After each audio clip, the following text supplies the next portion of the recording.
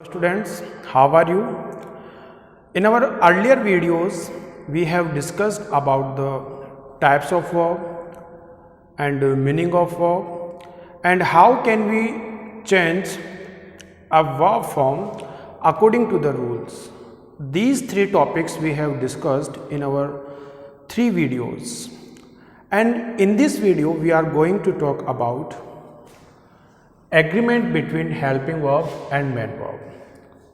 So students, इस video में हम जो बात करने वाले हैं वो हेल्पिंग वर्ब और मेन वर्ब, इनके बीच में एक कॉम्बिनेशन कैसे इस्टेब्लिश हो, कौन सी हेल्पिंग वर्ब के साथ कौन सी मेन वर्ब की फॉर्म हमें यूज़ करनी चाहिए, ये इस वीडियो के अंदर हम डिस्कस करने वाले होंगे।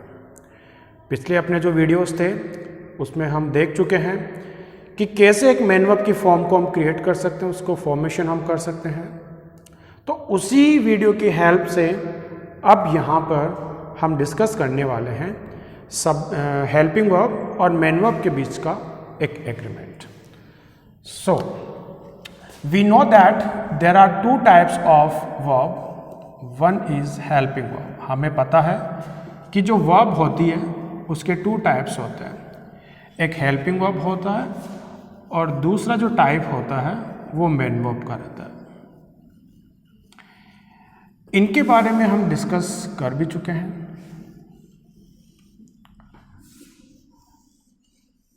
When we discussed about the helping verb, जब हमने हेल्पिंग वर्ब के बारे में डिस्कस किया था तो वहाँ पर हमने देखा था कि जो हेल्पिंग वर्ब होती है वो ओनली अपने को थ्री कैटेगरीज में डिवाइड करना है। एक तो हेल्पिंग वर्ब थी हमारी डू, सेकंड जो हेल्पिंग वर्ब हमने राइट की थी वो थी बी, थर्ड हेल्पिंग वर्ब हमने कहा था हैव। इसके अलावा हमने विल और शेल को भी as a helping verb write किया था। तो यहाँ पर हम विल और शेल सेपरेटली राइट नहीं करके यहाँ पर हम जो ऑक्सिलरी वर्ब्स होती है मॉडल, उसको हम राइट करते हैं। हमने डू से जो वर्ब फॉर्म की थी वो थी डू, डज एंड डिड, जबकि बी से जो बनने वाली हेल्पिंग वर्ब्स थी वो थी is, am, are, was, were and been. और हैव से बनने वाली हेल्पिंग वर्ब थी हैव, हैज एंड हैड। जबकि जो मॉडल्स होते हैं इनमें हम टू हेल्पिंग वर्ब्स को इन्वॉल्व करते हैं, वन इज विल और सेकंड जो आपकी हेल्पिंग वर्ब होती है वो शेल होती है। इसके अलावा और भी मॉडल्स होते हैं जैसे कि हम could, can, should, in models को हम जनरली यूज करते हैं, शुड, मस्ट, और भी ढेर सारे मॉडल्स होते हैं। ठीक है, तो ये आपको एज ए हेल्पिंग वर्ब या एज ए मॉडल अगर क्वेश्चन में गिवन हो या फिर आपको यूज करना हो तो इनके साथ आपको एक कॉम्बिनेशन इस्टेब्लिश करना होता है मेन वर्ब का, एक एग्रीमेंट आपको करना होता है।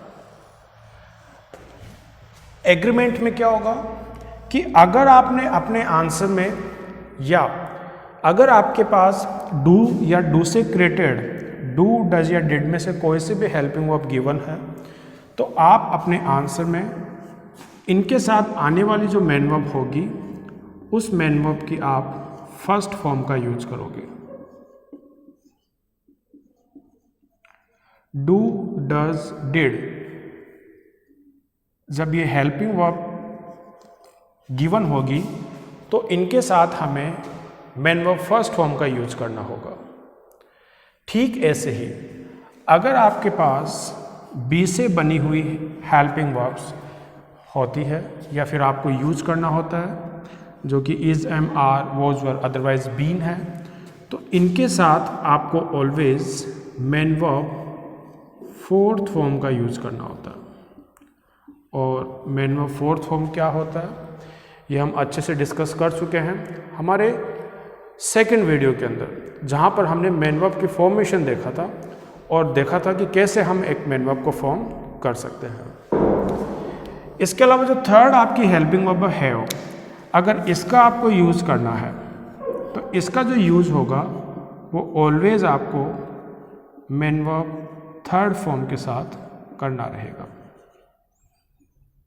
तो मेन वर्ब फर्स्ट फॉर्म का यूज़ आपका रहेगा डू वर्ब के साथ, मेन वर्ब फोर्थ फॉर्म का जो यूज़ रहेगा वो बी फॉर्म के साथ, जबकि मेन वर्ब जो थर्ड फॉर्म है उसका यूज़ आपको हैव हेल्पिंग वर्ब के साथ करना रहता है।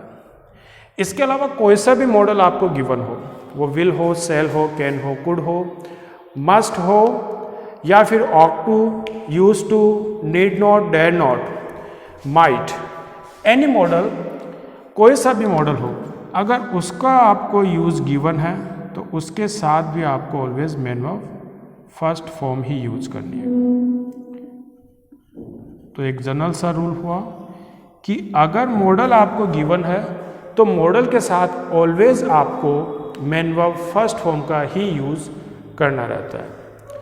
तो यहाँ पर हमने एक एग्रीमेंट देखा कि इन हेल्पिंग वर्ब्स के साथ इन मेन वर्ब का अपने को यूज करना होगा, जहाँ डू के साथ फर्स्ट फॉर्म, बी के साथ फोर्थ फॉर्म, हैव के साथ थर्ड फॉर्म और मॉडल जो वर्ब होगी उसके साथ भी आपको फर्स्ट फॉर्म का ही यूज़ करना रहता है।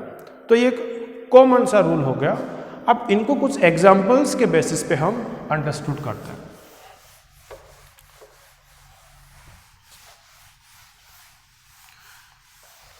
देखिए कुछ एग्जाम्पल्स हम राइट करते हैं। Example,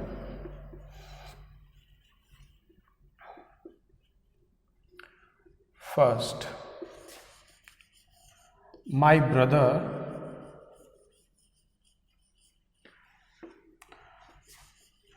is, then space, then we have verb play in the ground.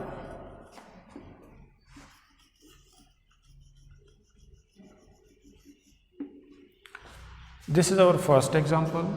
Second, my sister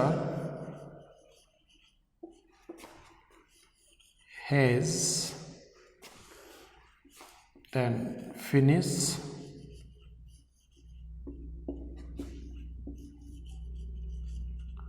her work. Third,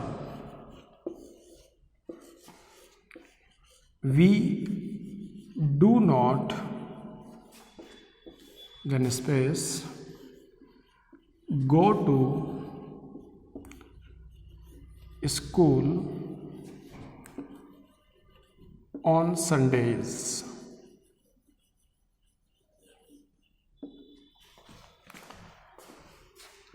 Fourth, they will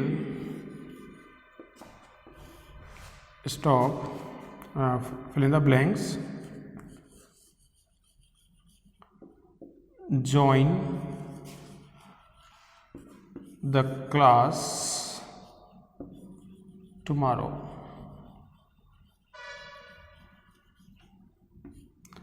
This is our fourth example. We have one more.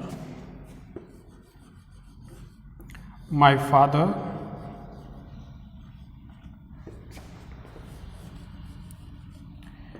has been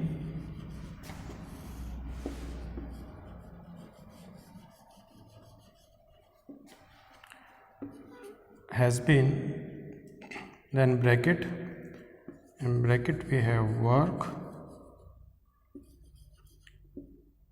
in field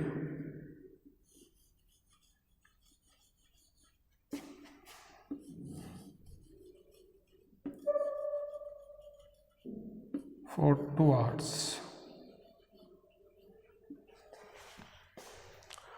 So these are the 5 examples, and with the help of these 5 examples we will understand how can we make an agreement between helping verb and main verb. तो इन 5 examples के basis पे हम समझेंगे कि helping verb और main verb के between हम कैसे एग्रीमेंट को स्टैब्लिश कर सकते हैं। तो देखिए, इन एवरी एग्जाम्पल, प्रत्येक एग्जाम्पल के अंदर आपको हेल्पिंग वर्ब गिवन है फिल इन द ब्लैंक्स से पहले।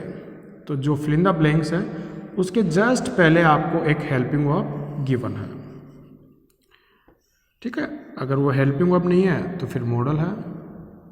तो जो भी वर्ब आपको गिवन है उसके अकॉर्डिंग आपको मेन वर्ब का यूज करना रहता है। तो ये जो फर्स्ट एग्जाम्पल है, my brother is then space play in the ground. So in the first example में हमारे पास जो वर्ब है वो इज है, और इज जो हेल्पिंग वर्ब है वो बी वर्ब से बिलोंग करती है। तो अगर बी से बनी हुई कोई भी हेल्पिंग वर्ब हमें गिवन हो तो उसके साथ हम मेन वर्ब फोर्थ फॉर्म का यूज करते हैं, और फोर्थ फॉर्म बनाने के लिए हम आईएनजी फॉर्म या आईएनजी वर्ड का यूज करते हैं। तो जब फर्स्ट फॉर्म जो कि हमें ऑलवेज ब्रैकेट में गिवन होती है, अगर उसमें मैं आईएनजी ऐड करके राइट करूं तो ये जो मेरी बनने वाली वर्ब होगी ये मेन वर्ब अपनी फोर्थ फॉर्म होगी, जो हमने सेकंड वीडियो में डिस्कस किया है। अगर इसमें कोई डाउट हो कि कैसे आया तो आप सेकंड वीडियो को वॉच कीजिए। सेकंड एग्जांपल में हमने जो हेल्पिंग वर्ब राइट किया वो हैज़ है, और हैज़ जो वर्ब है वो हैव हेल्पिंग वर्ब से बिलोंग करती है। तो अभी हमने देखा कि अगर हैव से बने या हैव से फॉर्म कोई भी हेल्पिंग वर्ब अगर आपको गिवन है तो उसके साथ आप always main verb third form का यूज कीजिए।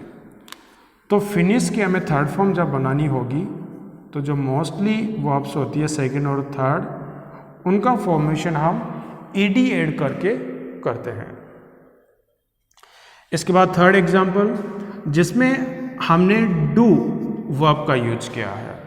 तो डू अदरवाइज डू से क्रिएटेड कोई भी हेल्पिंग वर्ब अगर गिवन है तो उस सेंटेंस में हमें मेन वर्ब फर्स्ट फॉर्म का यूज करना होगा, और क्वेश्चन में जो ब्रैकेट के अंदर हमें फॉर्म गिवन होगी ये ऑलवेज आपकी मेन वर्ब की फर्स्ट फॉर्म होगी। सो फर्स्ट फॉर्म को हम एज इट इज राइट करेंगे विदाउट एनी चेंज, बिना इसमें कुछ चेंज किए आपको गो का गो ही राइट कर देना है। अगला जो एग्जाम्पल है इसमें विल, जिसको आप as a helping verb otherwise model के रूप में भी आप आइडेंटिफाई कर सकते हो। तो अगर मॉडल या विल हेल्पिंग वर्ब आपको गिवन हो तो जो आंसर आपका रहेगा उसमें भी आपको फर्स्ट फॉर्म का ही यूज करना होगा। तो ब्रैकेट में हमारे पास फर्स्ट फॉर्म जॉइन है, तो एज इट इज़ जो फॉर्म हमें ब्रैकेट में गिवन है उसका हम यूज़ हमारे आंसर में फिल इन द ब्लैंक्स के प्लेस पे हम राइट करते हैं। नेक्स्ट एग्जाम्पल जो है इसमें हेल्पिंग वर्ब तो हैज़ है, लेकिन बी से क्रिएटेड जो वर्ब होती है बीन, ये भी हमको गिवन है। तो अगर ये फॉर्मेशन होता है जिसमें हैज़ और बीन अगर आपको गिवन है तो बीन के बेसिस पे हम फोर्थ फॉर्म का यूज करते हैं, और ये आपका आंसर होगा वर्क और फिर इसमें आईएनजी वर्किंग।